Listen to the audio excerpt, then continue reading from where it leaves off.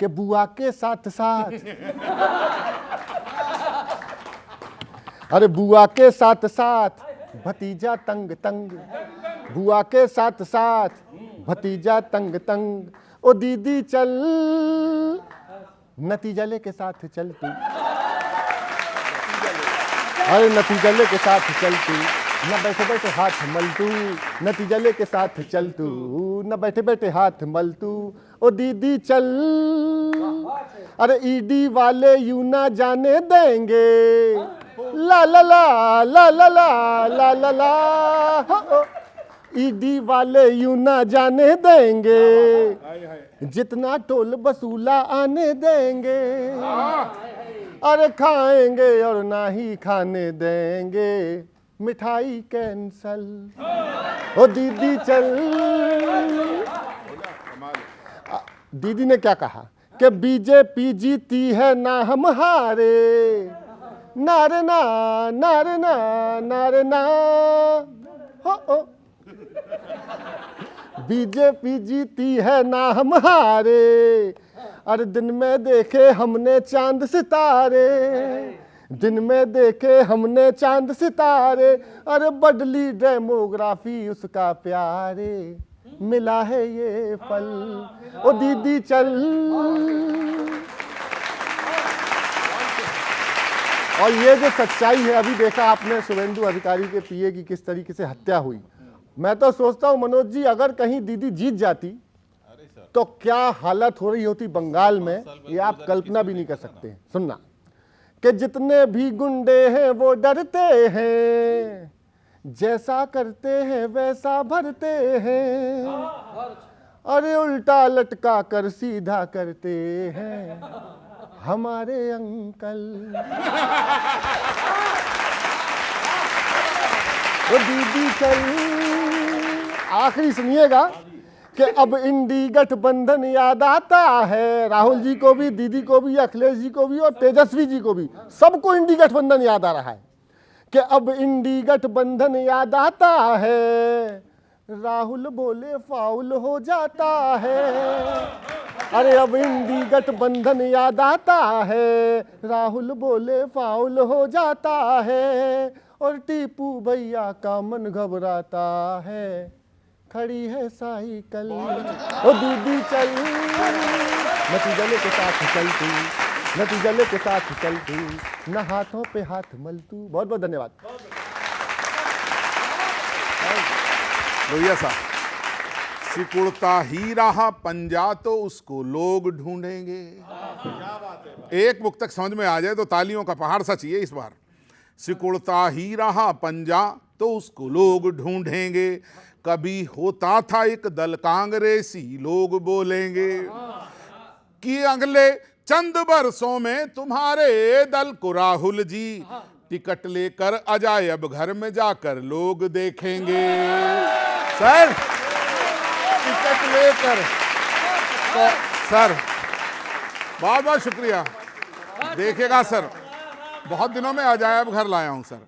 और ममता जी तक एक लाइन, विजय रथ आपका बंगाल में ऐसे नहीं थमता, अभी तो युद्ध लड़ने की बची है खूब ही क्षमता, समझ में आपकी आए नहीं आए मगर सच है, वही तो आपने काटा जो बोया आपने ममता।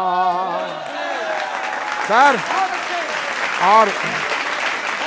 और सर ममता जी तक एक मुक्तक पहुंच रहा है मेरा, नए तरीके से देखें कवि गौरव, बस तू देख ले, बाकी सब देख ही रहे। गंवा दी है भले सत्ता ना अब बेफिक्र सो जाना। ये देखना किस तरह कहा है मैंने।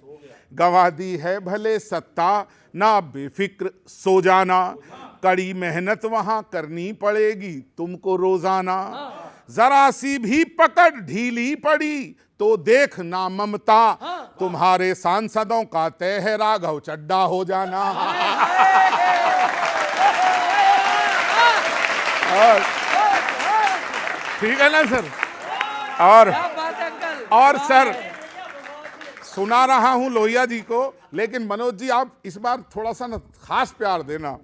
बड़े नादान हो जो सोचते हो जलजला होगा, बड़े नादान हो जो सोचते हो जलजला होगा। समूचे देश में तामीर फिर से एक किला होगा। पुराने कांग्रेसी कह रहे थे अपने लोगों से कि अब नीति नहीं नेतृत्व बदलो तो भला होगा। सर अब आपको नेतृत्व बदलने की बहुत बहुत शुक्रिया। और आखिरी सुनाना चाहता हूं सर, आपको भी अच्छा लगेगा और आपकी पार्टी का चरित्र इसमें आ जाए तो देखना। जो है परिदृश्य अब वो कल समूचे देश का होगा। देखना सर, जो है परिदृश्य अब वो कल समूचे देश का होगा। सुनिश्चित है समय कल देश में गणवेश का होगा। यकीन कोई करे या ना करे पर देखना जल्दी, जो होगा ध्वस्त अब अगला किला अखिलेश का होगा। सर बता देना मेरा धन्यवाद। धन्यवाद सर, बहुत अच्छे। कोई किला है अखिलेश का? बहुत अच्छा।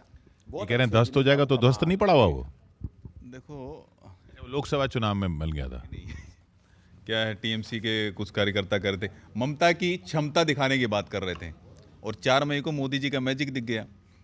पहले हमारा अंग हुआ, बिहार जो पौराणिक नाम है बिहार का अंग, पहले हमारा अंग हुआ, अब हमारा बंग हुआ और विपक्ष अंग भंग हो गया। कलिंग भी हुआ था। और आप देखिए कौन सा किला है इनका। ये प्राइवेट लिमिटेड कंपनियां हैं। स्टालिन अपना डीएम के अपने एक प्राइवेट लिमिटेड कंपनी, एक परिवार की कंपनी है। ये कांग्रेस भी एक प्राइवेट लिमिटेड कंपनी है। अखिलेश भी प्राइवेट लिमिटेड कंपनी चला रहे हैं। ममता भी प्राइवेट लिमिटेड कंपनी चला रही है। भाई नेशन फर्स्ट, पार्टी नेक्स्ट और सेल्फ लास्ट वाली पार्टी कौन है? वो भारतीय जनता पार्टी है कि हमेशा नेशन की बात करती है, नेशन की चिंता करती है। उसी का नतीजा है कि लगातार भारत की जनता भारतीय जनता पार्टी को, माननीय नरेंद्र मोदी जी को अपना जनादेश देती है, उनको समर्थन देती है और विश्वास जताती है। उसका मूल एक ही कारण है कि हमारा ट्रैक रिकॉर्ड। आप देखिए, जो हम कहते हैं उसको डंके की चोट पर करके दिखाते हैं। कह रहे हैं आपने जो कहा वो किया ही नहीं। मैं बता रहा हूं ना, मां माटी और मानुष का नाम लेकर के आई थी, एक 3 सूत्र को लेकर के वो आई थी। मां और बेटियां बिलख रही थी वहां पर, माटी रक्त रंजित हो गई थी और मानुष त्राहिमाम कर रहा था, वहां से पलायन करने के लिए विवश हो गया था। 15-15, 20-20 साल तक लगातार मध्य प्रदेश में, गुजरात में, यूपी में, हरियाणा में हमारी सरकारें आती, तो उसका कारण क्या है? एक ही कारण है, माननीय नरेंद्र मोदी जी का नेतृत्व, माननीय नरेंद्र मोदी जी की साख, भारतीय जनता पार्टी का सुशासन और अंत्योदय का हमारा दर्शन है। उसी सूत्र को लेकर के हम आगे बढ़ रहे हैं। ये 15-15 साल आती कैसे हैं सरकारें? देखिए, मैं भी भारतीय जनता पार्टी के प्रवक्ता साहब को सुन रहा था। उन्होंने कहा जो हम कहते हैं डंके की चोट पे करते हैं। देखिए, अभी दोबारा कह रहे हैं करते हैं। मैंने थोड़ी कहा था कि रुपए को डॉलर से बराबर कर दूंगा। डंके की चोट पे मोदी जी ने कहा था।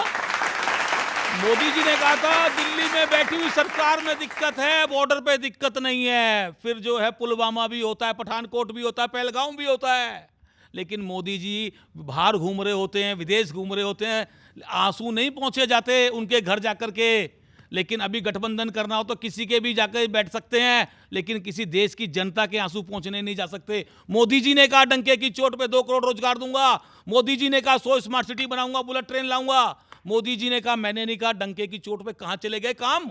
सिर्फ झूठे जय श्री राम लेकर के काम नहीं होते।